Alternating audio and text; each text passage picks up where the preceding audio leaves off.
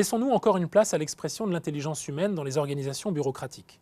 Just do it ne sera-t-il pas devenu non seulement le slogan d'un équipementier sportif, mais plus encore le modus operandi de nos entreprises? C'est ce qu'avancent dans un essai récent, non traduit en français, de Stupidity Paradox, deux auteurs influents dans les études contemporaines en gestion, Mats Alvesson et André Spicer. Dans ce livre, ils dénoncent un phénomène de stupidité fonctionnelle qui correspondrait, selon eux, malgré les déclarations de principe des entreprises toujours friandes de parcs scientifiques, de zones d'innovation ou de clusters de connaissances, à une inclination visant à réduire le champ de vision des collaborateurs. La stupidité fonctionnelle atteint son paroxysme lorsque chaque agent se montre capable de faire son job, mais sans jamais poser la moindre question sur sa raison d'être. Pour Alvesson et Spicer, ce phénomène touche d'abord les plus diplômés parmi les collaborateurs, et c'est là un paradoxe saisissant. Il faut être, prétendent-ils, relativement intelligent pour être fonctionnellement stupide. Selon les auteurs, le phénomène s'installe en 3 étapes. Premier temps, ne pas s'interroger sur ce qui fait l'air du temps, la doxa, l'idée commune. C'est le stade du manque de réflexivité personnelle où l'on se montre incapable de douter des croyances dominantes. Le deuxième stade, c'est celui dans lequel la question du pourquoi de l'action n'est plus jamais posée, mais que seul compte le respect de l'ordre hiérarchique, les conventions tacites ou même les tabous organisationnels.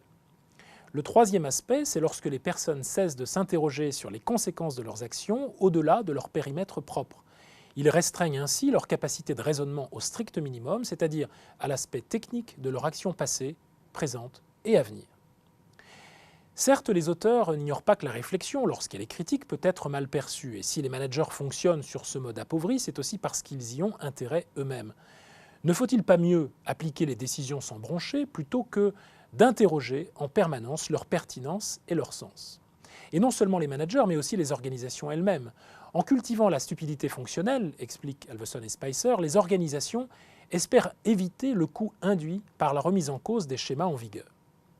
Sur le court terme, la stupidité fonctionnelle offre certaines garanties de stabilité et d'efficacité, mais sur le long terme, les vœux pieux, les effets de mode stériles, l'imitation sans examen des concurrents, la poursuite aveugle d'objectifs douteux, notamment sur un plan éthique, peuvent avoir des conséquences dramatiques.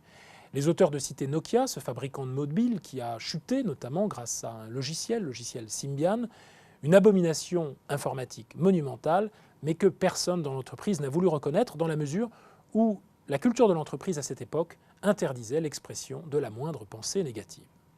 Or, supprimer la conscience des problèmes, ou les problèmes de conscience, n'a jamais supprimé un problème quel qu'il soit. Cela signifie au final que remettre en cause nos opinions courantes et se tenir prêt à justifier de nos actions sont les preuves d'une certaine maturité intellectuelle dont les entreprises ont besoin.